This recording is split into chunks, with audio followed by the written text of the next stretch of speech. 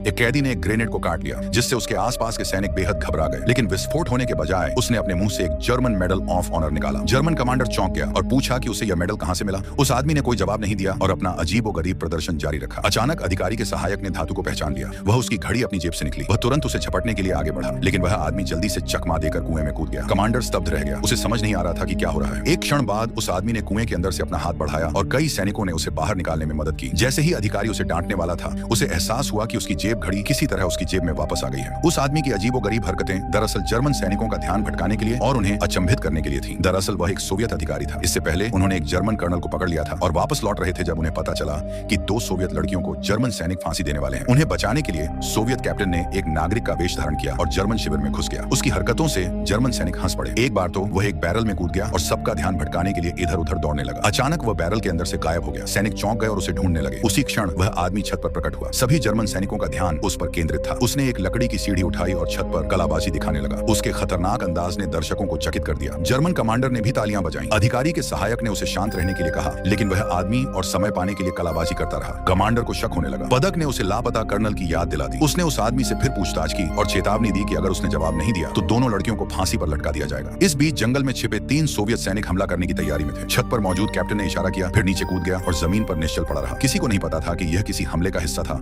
या वह सचमुच घायल हो गया था। सैनिकों ने उसे घेर लिया। पता लगाने की कोशिश में कमांडर उसके पास गया और उसे लात मारी, लेकिन फिर भी वह कुछ नहीं बोला। लेकिन जब उसने ऊपर देखा तो उसे एहसास हुआ कि दोनों सोवियत लड़कियां गायब हो गई थी। उसने सैनिकों को तैयार होने के लिए चिल्लाया, लेकिन तब तक बहुत देर हो चुकी थी। गोलियां चलने लगी और एक एक करके जर्मन सैनिक गिरने लगे।